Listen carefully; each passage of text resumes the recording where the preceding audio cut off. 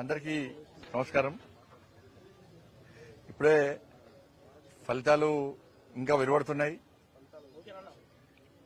మహారాష్ట్రలో ఎన్డీఏ కూటమి విజయ దుందుబి మ్రోగిస్తున్నది.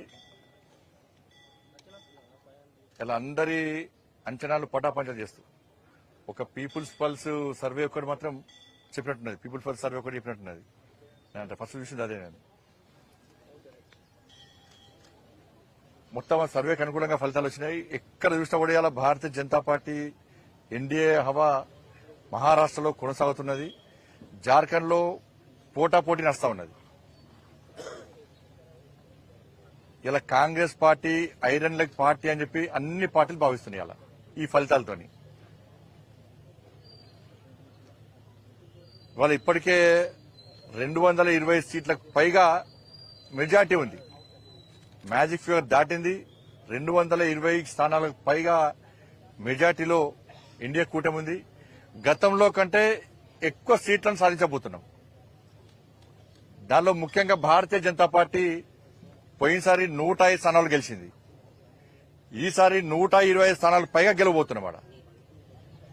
కాంగ్రెస్ పార్టీ 120 స్థానాల్లో పోటీ చేసింది. 20 స్థానాలు గెలిచే పరిస్థితి కూడా లేదు కాంగ్రెస్ పార్టీ మహారాష్ట్రలో.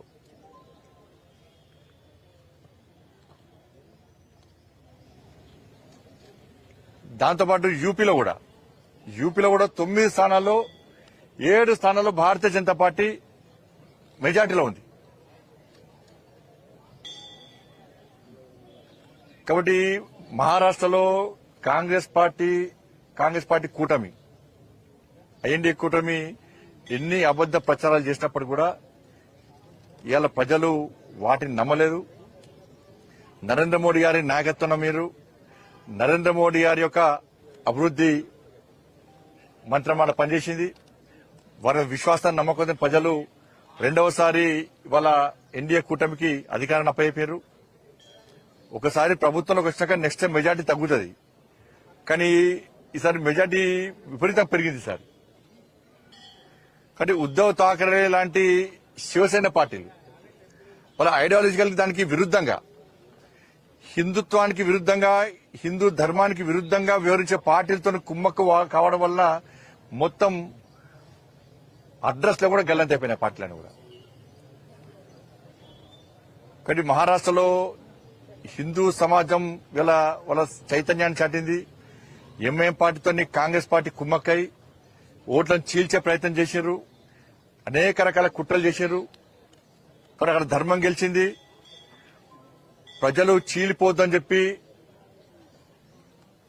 బటేంగేతో కటేంగే అని చెప్పి ఒక సందేశం అది ప్రజలకు వెళ్ళింది. ప్రజలు వాళ్ళ ఐక్యతను ప్రదర్శించారు. మహారాష్ట్ర ప్రజల ఐక్యతనే ఇలా ఎన్డీఏ కూటమికి విజయానికి నాంది. ఇవాళ ఇలా సమాజం ఐక్యంగా ఉంటే ఏ విధంగా ఫలితాలు వస్తాయో ఇలా మహారాష్ట్ర ఫలితాలు స్పష్టం చేసినాయి. కాంగ్రెస్ పార్టీ విపరీతంగా తెలంగాణ నుంచి డబ్బులు మొత్తం కాంగ్రెస్ పార్టీకి పోయినాయి. మహారాష్ట్రలో ఖర్చు పెట్టిన డబ్బంతా ఇటు తెలంగాణ నుంచి అటు కర్ణాటక నుంచి సంచులకు సంచులు పోయినాయి. 1,000 కోట్ల రూపాయలు పోయినాయి. అలా డబ్బులు విపరీతం ఖర్చు పెట్టారు. డబ్బుల ద్వారా అబద్దాల ద్వారా గెలుద్దాం ప్రయత్నం చేశారు. అవి పనిచేయలే. మహారాష్ట్రలో కాంగ్రెస్ కూటమికి ఓటమికి కారణం కాంగ్రెస్ తెలంగాణ కర్ణాటక రాష్ట్రాల ప్రభుత్వాల యొక్క వైఫల్యాలే. అట ఆ కూటమికి వైఫల్యానికి ఓడిపోవడానికి కారణం.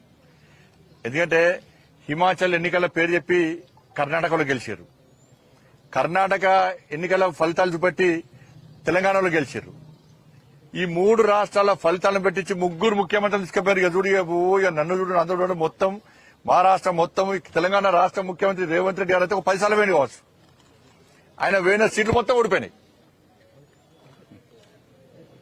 కర్ణాటక ముఖ్యమంత్రి వేయండు, తెలంగాణ ముఖ్యమంత్రి వేయండు, హిమాచల్ ముఖ్యమంత్రి వేయండు. వీళ్ళతో విపరీతంగా ప్రచారం చేశారు.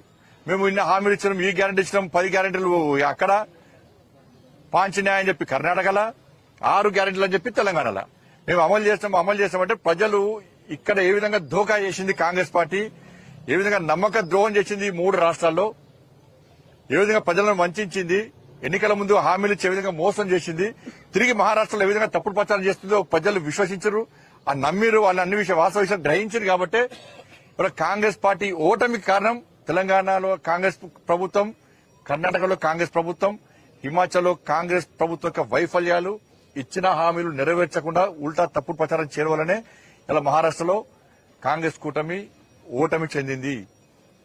నరేంద్ర మోడీ గారు ఈ దేశాన్ని అభివృద్ధి చేస్తున్న తీరు, గతంలో మహారాష్ట్రను అభివృద్ధి చేసిన తీరు, మహారాష్ట్రలో నరేంద్ర మోడీ ప్రభుత్వం సంక్షేమ ఫలాలు అందించిన తీరు, మోడీ గారి నాయకత్వం ప్రత్యేక విశ్వాసం, నమ్మకం, మోడీ గారి యొక్క అభివృద్ధి మంత్రం ని ప్రజలు నమ్మిరు కాబట్టే ఈ ఫలితాలు వచ్చినాయి. నిజంగా మహారాష్ట్ర ప్రజలకందరూ కూడా హైర్స్ ఆఫ్.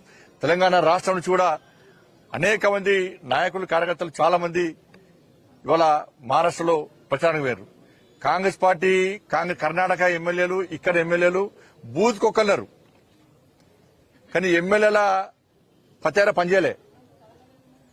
బీజేపీ కార్యకర్తల ముందు బీజేపీ కార్యకర్తలు ప్రతి ఇంటికి వెళ్ళి అభివృద్ధి గురించి చెప్పారు, మోడీ గారి నాయకత్వం గురించి చెప్పారు, ప్రజల ఓటు రిక్వెస్ట్ చేశారు. కానీ కాంగ్రెస్ పార్టీ అబద్దాలు ప్రచారం చేసింది కాబట్టి వాళ్ళకు వాళ్ళ అడ్రస్ గల్లంతైంది. కాబట్టి Congress party iron leg party. ఇక పార్టీతో ఎవ్వరు ఉండరు. ఇక ఐఎన్డీఏ చీలిపోవడం ఖాయం, ఐఎన్డీఏ కూలిపోవడం ఖాయం. దాన్ని ఎవరు పట్టించుకోరు. ఐరన్ లెగ్ పార్టీతో ఉండేటువంటి ప్రయత్నం ఎవరు చేయరు. కానీ తెలంగాణ ప్రభుత్వం కూడా ఇదే గతి పట్టబోతున్నది. తెలంగాణ రాష్ట్ర ప్రభుత్వాన్ని కూడా కాంగ్రెస్ పార్టీ ప్రభుత్వానికి ఇదే గతి పట్టబోతున్నది. మీరు హామీలు ఇచ్చి ఇలా ఏ ఒక్క హామీని నెరవేర్చే ప్రయత్నం చేయలే. ఇలా ఉల్టా రాష్ట్ర ముఖ్యమంత్రి తెలంగాణ నిష్పెట్టుకుని అక్కడ ప్రచారం చేశారు. కాంగ్రెస్ పార్టీ మంత్రులు ప్రచారం చేశారు. 2,500 రూపాయలు ఎంతమంది మహిళలకు ఇచ్చారో మహారాష్ట్రలో చెప్పలేకపోయారు. మేము పోయి చెప్పినాం. కాంగ్రెస్ పార్టీ మోసాలని కూడా చెప్పినాం. మేము పోయి కిషన్ రెడ్డి గారు వేరు, నేను వేరా, ఇంకా చాలా మంది నాయకులు పోయి వాస్తవ విషయాలు చెప్పినాం. తెలుగు వాళ్ళందరినీ కలిసాం, తెలుగు వాళ్ళందరికీ కూడా విషయాలు చెప్పినాం. వాళ్ళు వాస్తవ విషయాలు గ్రహించారు. కాబట్టి కాంగ్రెస్ పార్టీ తెలంగాణ రాష్ట్ర ప్రభుత్వం, తెలంగాణ రాష్ట్రంలో కాంగ్రెస్ పార్టీ ప్రభుత్వం మీరు ఇచ్చిన హామీలు నెరవేర్చారా? లేకుంటే మహారాష్ట్ర ప్రజలు ఏ విధంగా తిరగబడుతున్నారో తెలంగాణ రాష్ట్రంలో కూడా ఈ తెలంగాణలోని కాంగ్రెస్ పార్టీ ప్రభుత్వం మీద తిరగబడే రోజులు అతి తక్కువ సమయంలో రాబోతున్నాయి. 2,500 రూపాయలు ఎంతమంది మహిళలకు ఇచ్చారు, ఎంతమందికి తులం బంగారం ఇచ్చారు, ఎంతమంది స్కూటీలు ఇచ్చారు? వ్యవసాయ శాఖ మంత్రి చెప్పినట్లుగా ఇంకా 22 లక్షల మందికి ఎప్పుడు రుణమాఫీ చేస్తారు? రైతు భరోసా ఎప్పుడు ఇస్తారు? రైతు కూలీలకు 12,000 రూపాయలు ఎప్పుడు ఇస్తారు? 500 రూపాయల బోనస్ ఇంకా ఎప్పుడు అకౌంట్లు వేస్తారు? కొనుగోలు విషయంలో రైతులను వంచినందుకు క్షమాపణలు ఎప్పుడు చెప్తారు? 2 లక్షల ఉద్యోగాలను వెంటనే భర్తీ చేస్తున్నారు, ఎప్పుడు భర్తీ చేస్తారు? ఇచ్చింది 30,000 ఉద్యోగాల నోటిఫికేషన్ అయితే 50,000 ఉద్యోగాలు ఇస్తామని చెప్తున్నారు. మహారాష్ట్రలో చెప్పారు.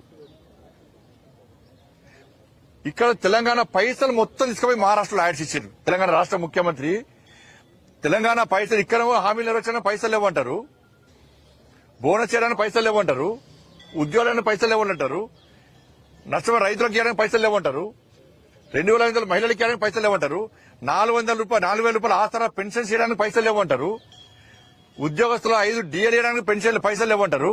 కానీ ఇక్కడ కోట్ల రూపాయలు తీసుకుపోయి మహారాష్ట్రలో యాడ్ ఇచ్చారు. అన్ని అబద్దాలు యాడ్స్ ఇచ్చారు. ఏమైనా యాడ్స్ ఇవ్వాలా? ఏం పనిచేసిన యాడ్స్? అన్ని తప్పుడు ప్రచారాలే. కాబట్టి ఈ గ్యారెంటీలను ఇచ్చిన 6 గ్యారెంటీలను అమలు చేస్తారా, చేయరా? చేయకుంటే ప్రజల తిరుగుబాటుకు ప్రభుత్వం సిద్ధంగా ఉండాలని చెప్పి మేము హెచ్చరిస్తున్నాం. సంజయ్ రౌత్ శివసేన రాజ్యసభ సభ్యుడు బీజేపీ ప్రభుత్వము ఈవీఎంలను ట్యాంపరింగ్ చేసింది కాబట్టి ఇక కామన్ అయిపోయిన శేఖరణ 10 అదే అంటారు. మరి జార్ఖండ్ లో వాళ్ళు గెలిచే అవకాశం లేదు. ఈవెంట్ ట్యాబ్ ఇచ్చిరా? ఏక్నాథ్ షిండే మీద ఇప్పుడు తెలంగాణలో గెలిచిర్రు. తెలంగాణ వాళ్ళ ప్రభుత్వం వచ్చింది కదా, కర్ణాటకలో ప్రభుత్వం వచ్చింది కదా, హిమాచల్లో ప్రభుత్వాలు ఉన్నాయి కదా. అంటే వాళ్ళ ప్రభుత్వాలు లేని కాడ ఎట్లా గెలిచిరు వాళ్ళు? మరి ఈవీఎంలు ట్యాంపరింగ్ చేస్తే పోయినసారి కంటే మాకు దేశంలో మెజార్టీ ఎందుకు తగ్గించుకుంటాం? మేము మొత్తం మాకే వేస్తాయి కదా. వారు 1 సైడ్ అంటే మేము వేసుకుంటాం కదా. కాబట్టి ఆ ప్రచార లెవెల్ నంబర్ అన్ని ప్రచారాలు చేస్తేనే లాస్ట్ అయిపోతుంది. దాంతో పక్క ప్రభావం చూపిస్తాయి. పక్కా ప్రభావం చూపిస్తాయి. ఇక్కడ ప్రజలు ఆలోచిస్తారు, ఇక్కడ ప్రజలు ఆలోచిస్తున్నారు. వాళ్ళ మహారాష్ట్రలో ప్రజలు తిరగబడ్డారు, ప్రజలు ఓటని ఆయుధాల ద్వారా గుణపాఠం చెప్పారు.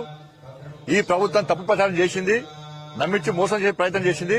ఈ ప్రభుత్వాన్ని ఇట్నే చూసి చూడటుంటే మా కొంపలు ముడుస్తుంది కాంగ్రెస్ పార్టీ ప్రభుత్వం.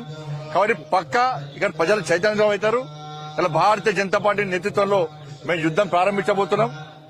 తప్పకుండా ఈ ప్రభుత్వం గుణపాఠం చెప్తున్నాం. అది మా చైతన్యం ఉంటారు. కాంగ్రెస్ పార్టీ వాళ్ళకు ఇంకోళ్ళు కూల్చే అవకాశం వాళ్ళు ఇయ్యరు. వాళ్ళే ఇప్పుడు ఈ ఫలితాల తర్వాత కాంగ్రెస్ పార్టీలో లుక్కలు పక్కా సాడతాయి. ఎందుకంటే కాంగ్రెస్ పార్టీ ఎమ్మెల్యేలు మంత్రులు తెలంగాణ రాష్ట్రంలో తిరగలేని పరిస్థితిలో ఉన్నారు. వాళ్ళ మహారాష్ట్ర ఎన్నికల తర్వాత ఫలితాల తర్వాత ఇంకా తిరగలేని స్థితిలో ఇలా కాంగ్రెస్ పార్టీ నాయకులు ఉంటారు. వీళ్ళు ఎన్ని ఊకదంపుడు ఉపన్యాసాలు ఇచ్చినా కూడా వీళ్ళు ప్రజలు పట్టించుకోరు. ప్రజలు ప్రశ్నించే స్థాయికి వచ్చారు. ఇప్పుడు ప్రజలు ప్రశ్నించే స్థాయికి వచ్చారు, ప్రజలు నిలదీసే స్థాయికి తెలంగాణ రాష్ట్రంలో వచ్చారు, వస్తారు కూడా. లుకలు స్టార్ట్ అయితే గ్యారంటీ. మహారాష్ట్ర ఫలితాల తర్వాత ఇక ఏం చేస్తారు? ఇక ప్రజలు తిరగలేని పరిస్థితిలో ఆది నాయకత్వం మీద వాళ్ళు ఒత్తిడి తీసుకొస్తారు, ప్రశ్నిస్తారు. కాబట్టి దాన్ని ఏదైనా జరగచ్చు. మేము కూలాలని మేము అనుకుంటలేం. ప్రజల చేత ఎన్నుకోబడ్డ ప్రభుత్వం ప్రజల నిర్ణయం ప్రకారం 5 సంవత్సరాలు ప్రజాస్వామ్య దేశంలో ప్రజాస్వామ్యయుతంగా పాలించాలని చెప్పి మేము కోరుకుంటాం. వాళ్ళ ఇష్టం అది. పక్కా ఉంది. కాంగ్రెస్ పార్టీ ఎమ్మెల్యేల లోపల కూడా అసమ్మతి ఉన్నది. ఏం పనులు అయితే